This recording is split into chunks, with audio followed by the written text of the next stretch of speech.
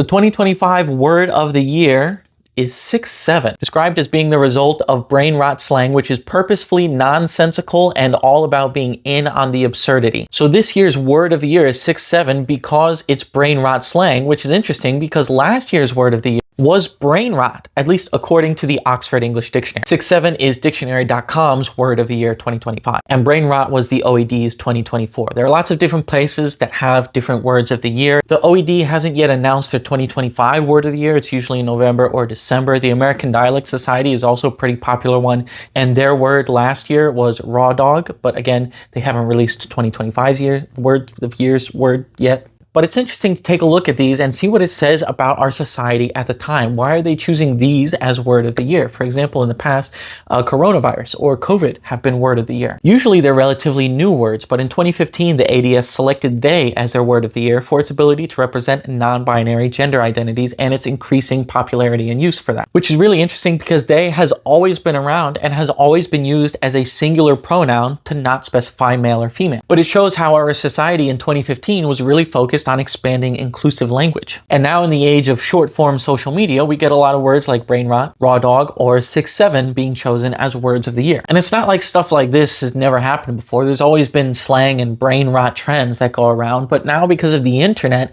it's spreading so quickly to so many people all over the world. The internet and social media have the ability to affect the ways we speak and our society in ways that were never possible before. And it results in things like this being chosen for word of the year. If you want to learn more, my friend Sean, who you might have seen in some videos before, did this video about brain rot and word of the year in general, what it means for society. Go ahead and check that out on our YouTube channel at Prof. Woody Mr. Ford.